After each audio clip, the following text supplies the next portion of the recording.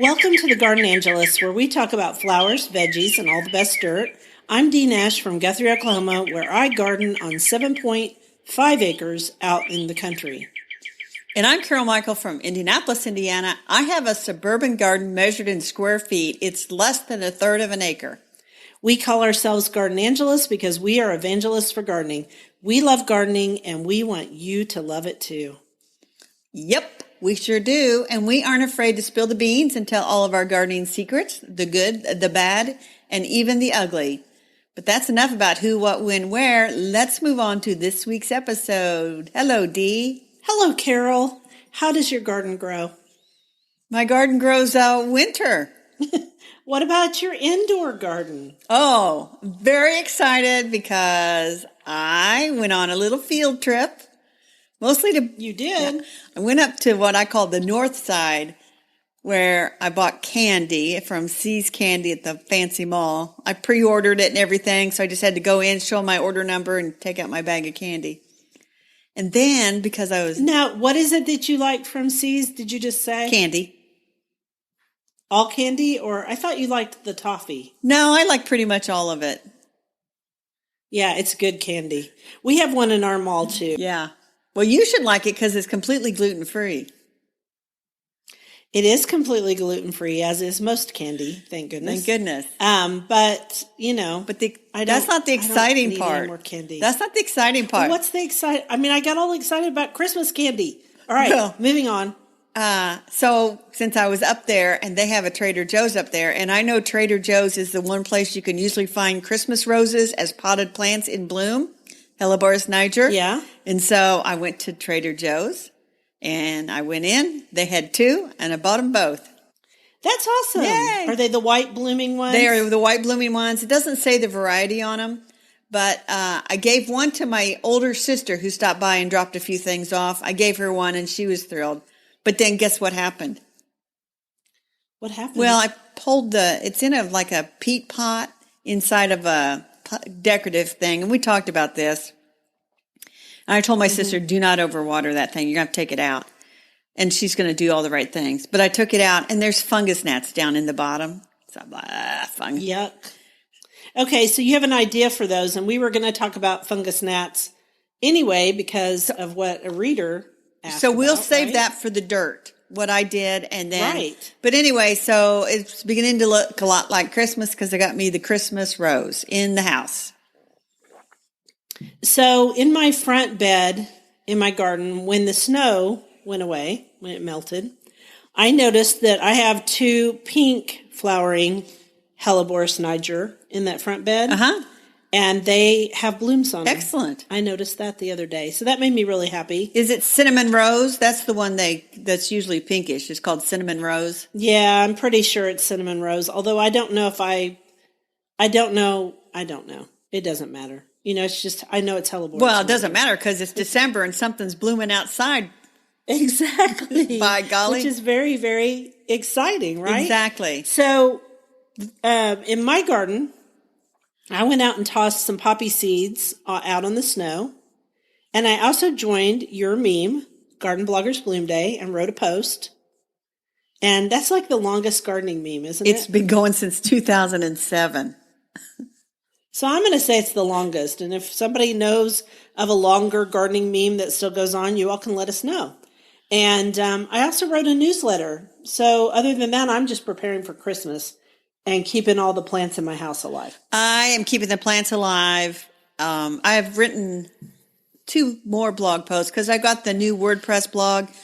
So I'm telling all my readers, you have to re-sign up if you want an email every time I post. Right. So yesterday. Okay, people, if you want to read May Dreams Gardens, she's moved it. So re-sign up. She's on WordPress now. And guess what? What? Garden Fairies found it last night and posted. Those garden fairies, they are precocious, but I enjoy them. They're incorrigible. So you've been out walking. I've been out walking, and I tell you what, the walking's good for me. And I've lost a little bit of weight through the spring, summer, and fall. Lately, I gained it. So neighbors start chasing us down to give me cookies, Christmas cookies. Oh, that kind of defeats the walking purpose, although I do love a good Christmas cookie. I had a friend make me some gluten-free ones. Yeah, well, these my friend that I walk with is gluten-free, so she can't eat them, so I got to take them all. It's like a sacrifice. So if you ever want to make if you ever want to make a gluten-free cookie for your friend, I've got like the best chocolate chip cookie. It's all done with almond flour, and my friend made it for me. Oh, that sounds delicious. Send me the recipe. I will. Shall we move on to gardening? We shall move back to gardening. Let us love winter, for it is the spring of genius.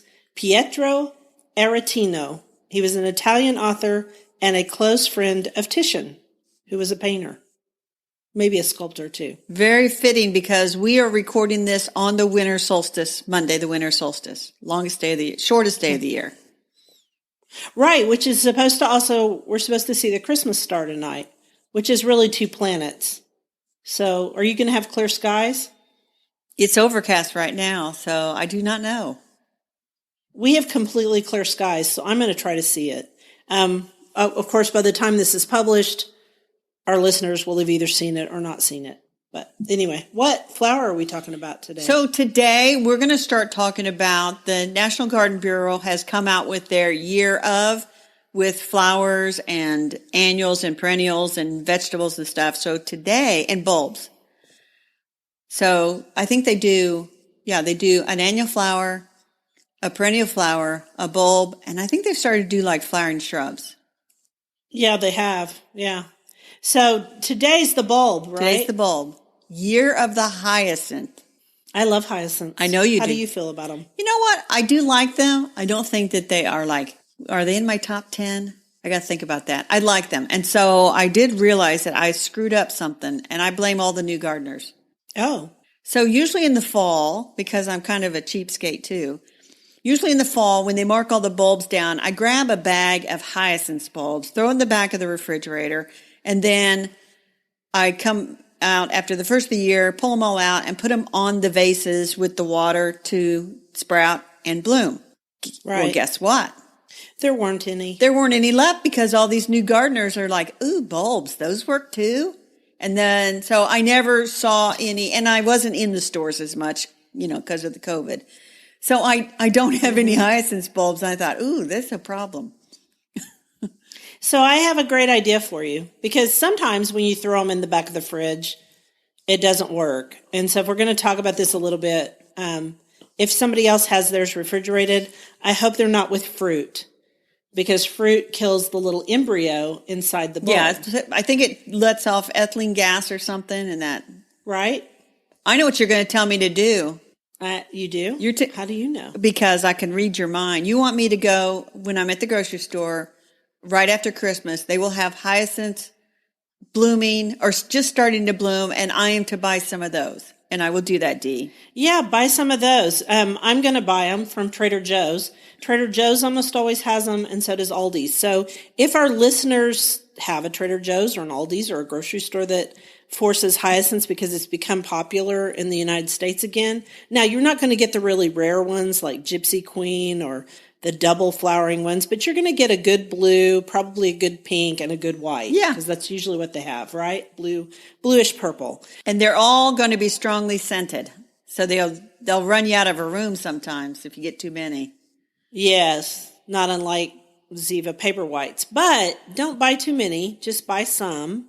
And buy them when they're tightly, like they've just come up and they're tightly held together. Don't bring them in blooming already, because if you do that, they'll be gone in a couple of days. But if you do the other, it'll be a good thing, and you'll have hyacinths. And then what I do when I don't buy them and put them in the fridge or whatever, I put them on my good antique vases. I just pull them out of the Trader Joe's vase, which is cheap. Yeah, that's a great idea. It's easy. It's cheating a little bit. Who cares? I mean, it's for you. You might as well enjoy it. And I always tell people if I decide to cheat, it's okay. Yeah. I did all my hyacinths in my cold frames, which we've talked about before. And so far, they're doing great. It's cold enough, and I'm starting to see just the tips of the hyacinths growing. So that's exciting. And I have some hyacinths that I planted outside years ago over on the side, and they come up faithfully every single year. Every year. Every single year. Now, I planted an heirloom variety called, I want to say chestnut flower, which is a double flowering pink. Double flowering, light pink. Yeah. I don't think I've given it as good a location as it would like. And so I have fewer every year. And I thought, I might dig those up in the spring and move them in the green. Maybe move them over where the other hyacinths are doing so well. You might do that and see if they do really well. I had a thought about that, but I don't remember what it was.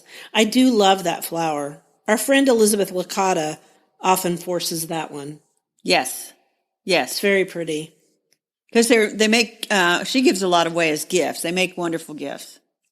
They do make wonderful gifts. And last year I did paper whites in milk glass, which worked really well too because of the white with the white. But I know what I was going to say. In Oklahoma, sometimes our winter isn't cold enough for the hyacinths to have that cold period. I don't think that's going to be the case this winter. This winter is pretty chilly. Yeah, I think you'll be all right. So anyway, the year of the hyacinths, 2021. Shall we go to the next quote? In seed time learn, in harvest teach, in winter enjoy. There's that winter theme again. William Blake. I don't know who he is. I like it. I think he was a poet. So we're going to talk about the year of the green bean. God help us. I'm so tired of talking about green beans, but I do love to eat them. Yeah, and I think what the lesson of the green bean for 2021, and we talked about this, so apologies to our listeners if this is the Department of Redundancy department. But this, I think, applies to all vegetables. Once you have a variety of vegetable that does really well in your garden, always plant that variety for a surer harvest. You can experiment, right? But don't do like I did, experiment and not sow the seeds for your faithful provider green beans. Right. I did the same thing, and we've discussed it ad nauseum. So just quickly, pole beans versus bush beans. Go, Carol. Bush beans all the time, unless you want that sort of, I don't know, cottage garden look with the tripod thing and the beans. The pole beans kind of curling up, but I find pole beans are more stringy and tough than bush beans generally. Most of the time, yeah. So if I were I've done the tripod, I've done the TP, I've done all that, and that was fun. I have pictures of it. I may even have pictures in my book because that was the year I did it recently. Sorry, I lost my train of thought. I was thinking about that. I would put them, if I were going to do pole beans, I would do them with a sunflower house. Like I would run them up the sunflowers in a sunflower house like Sharon Lovejoy suggests, and I think that would be very effective. And then, of course, people like to do the Three Sisters thing, which we've talked about before, too. Maybe we'll link to our old episode about that. Bush beans. I like bush beans. I like to grow bush beans. I sometimes will plant successive seeds because I want them to last all summer. Right. Oklahoma has a really long summer. Certain varieties have much better disease resistance, which we found out this year. I like Blue Lake in all of its iterations, 274. There's so many of them. You like Provider? I like Provider and Contender, I think. I like Contender, I think. Is that the one you did this year, Contender? I think you did Contender. It didn't do well. I think you like... No, it didn't do well. You like Provider. I mean, I know I love Provider, but I thought, No, I think you did Contender. So, heirlooms. Yeah, there's heirlooms. I don't know what they are. We should have looked that up, Dee.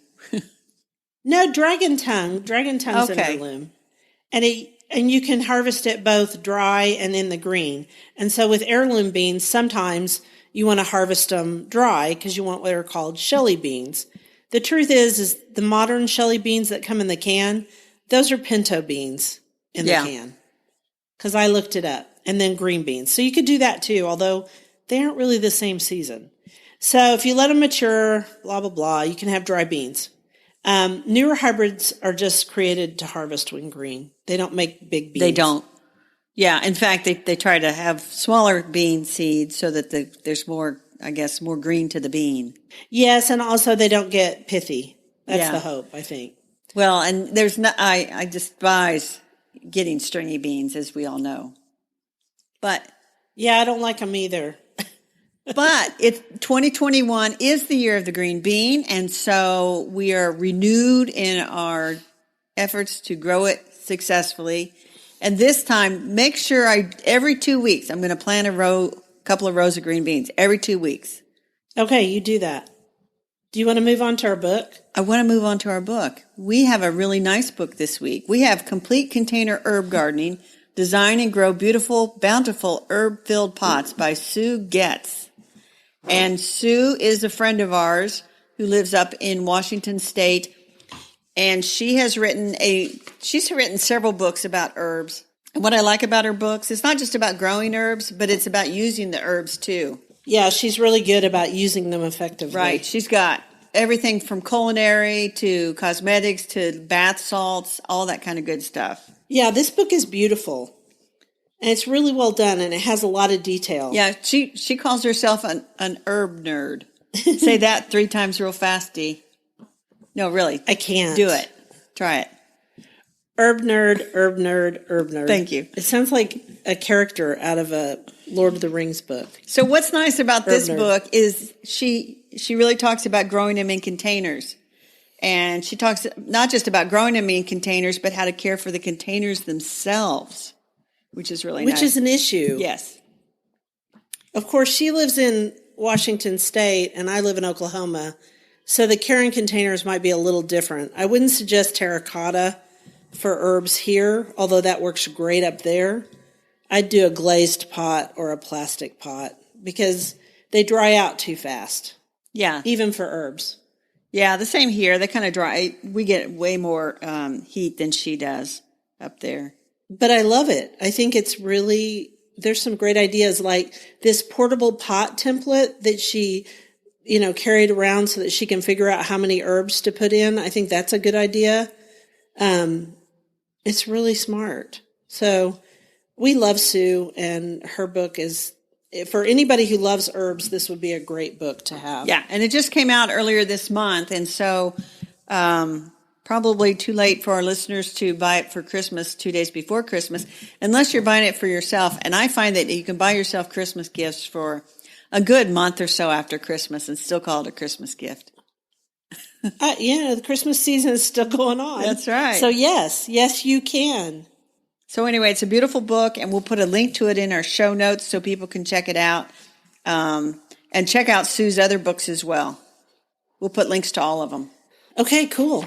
So are you ready for a quote? Yes.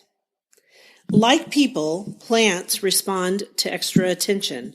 H. Peter, I'm going to say it's Lauer, writer and botanical artist.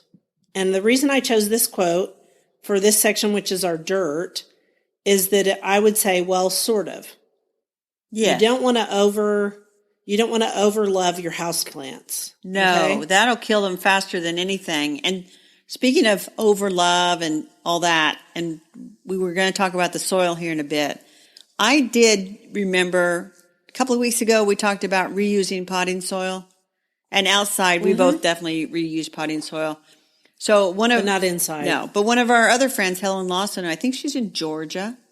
She wrote a really nice article about reusing potting soil for Handyman magazine. And I'm going to include a link to that because I thought she did a lot of good research and she talked to actual soil people. And, the thing is you can reuse potting soil, but you got to, like we said, fluff it up and add a little bit to it. And it's probably more responsible to reuse it somewhat because of the peat bogs. Right. Because a lot of potting soil is made from peat or from coir. And so you don't want to waste the peat bogs. Well, that sounds good. That's a neat idea. So I'm going to put a link to that. Okay, put a link to that. And so now we're going to talk about, I was on Instagram doing our stuff for for the Garden Angelus and also for my, what would I call that, profile. And I was talking about amaryllis, and Colton Jim on Instagram, I hope I pronounced that right. She was having trouble with fungus gnats on her amaryllis. And so one of the things I told her to do was to slow down on watering and let her amaryllis potting soil completely dry out. And I mean completely dry out. Now, what is your other idea about your fungus gnats, and then we'll talk about UCIPM. So what I do for fungus gnats is I put a little dish, like a shallow little bowl, and I put apple cider vinegar in it, and that seems it attracts the fungus gnats, and then they land in there, and then they drown in there. It's very cruel, but I do it. And so but awesome. Already some fungus gnats that have arrived in that plant are not going to make it to Christmas, sadly. Oh, too bad. So most of the problem with fungus gnats goes on beneath the soil when they're pupating or whatever it is fungus gnats do. Pupate. And so, pupate? I think so. Is that right? Oh, good. And the reason I chose that deal is sometimes we overlove our houseplants, right? Yep. So you can also get these sticky traps to put up next to your pots, but then they're bright yellow. And if you're taking pictures for your blog or your friend or Instagram or whatever, you really don't want to see a great big yellow sticky trap with a bunch of fungus gnats on it. So that kind of made me think about how sometimes the reality of houseplants versus what you see on Instagram is different. The reality of anything in life versus what you see on Instagram is completely different. Hello. Right. In fact, last night I posted on my story, which I'm telling you this because you aren't on Instagram, but I put on my Instagram story that I made this really wonderful chicken and artichoke rice dish, okay? But the point is my oven was dirty. And you know what I said? This is real life. That's my right. oven is often dirty because I use it all the time. Well, so I think some of us do try to present the reality. Others don't. But yeah, I like a good, pretty picture. Who doesn't like a good, pretty picture? And I'm always reminded, and I think they're hilarious, and I don't see much anymore because I'm not on the gram or the Facebook or whatever, but people that will find a Pinterest craft, that's just beautiful, and then they'll try to do it, and then they'll show their version of it right next to it, and it's like nailed it. And it's just like a 3-year-old did it. It's funny as all get out, right? Because maybe they do it on purpose. Yeah. They have to be doing it on purpose. They can't be that bad. Is that what you're saying? No, they cannot be that bad. So I guess I just wanted all of our listeners to understand that right now I have houseplants around my bathtub in my bathroom. They're all the tropical ones because I've got all the bulbs out here. And the reality is I need to go back there and water them. They're looking really droopy and sad. But you don't need to overwater houseplants or overlove them. Amaryllis like a crowded pot without much water. I only water my houseplants maybe once a week, but sometimes 2 weeks. And the amaryllis bulbs, they like their shoulders showing a little bit. They don't want to be buried deep. They do. They don't want to be buried. So let them be above the ground. And I also cap everything with rocks because I like the way it looks and it pulls the moisture away from the bulb. That's all I've got about houseplants. What about you? Well, I think you should post a bunch of pictures of really crappy looking houseplants. No, you go ahead. No, you do that. Well, I'm not on the Instagram, so I'm not doing it. But you can put hashtag real houseplants, hashtag real houseplants of Oklahoma. No, I think not. Hashtag real house of it's probably more something I would do. Hashtag real plants of Indianapolis. And I showed some droopy thing that's half dead and it's like, oh, look at this one. Yeah. Especially if it's a peace lily. Oh peace my lilies God. Just want to die. I don't ever want another peace lily in my house ever again. And people give these for people who are bereaved. And to me, they're just sadder because the plant dies. The plant dies along with your relative. So I don't like them. Well, the nice thing about the peace lily is, it looks normal, and then the next day you look at it and it's all droopy. If you water it, it'll bounce right back. I know. It's hard to kill them, but apparently you have been successful. No, I'm never successful in completely killing them. I have to throw them in the trash to make them go away. But they're always semi-sad, so I don't want any more of them ever again. I'm anti-peace lily. Oh my gosh, the peace lily lovers united are going to be after you, Dee. That's okay. They can come. Come with your picks and axes. It's all right. So let's go on to our garden commission. What are you going to do this week? Well, since I did not, so I've had the same commission, and now it's going on 3 weeks. I still haven't rounded up those terrarium containers, which I want to do. It's not even real gardening. You just have to go look for glass containers in your house. I know. And you live alone. I did. I did, I guess, okay, so I'll have a commission of take care of my house plants. How's that? That's a good one because you have to do that every week, right? So yeah, that's lame too. I'm going to find those terrarium Okay, containers. you do that. You find them this week. In my case, I got nothing. I'm going to do Christmas, and I'll be doing well to get Christmas done. Christmas is coming. We would be remiss in not telling our listeners Merry Christmas whenever you listen to this. I hope that you don't pick this one up in the summer and like, those two, what are they doing?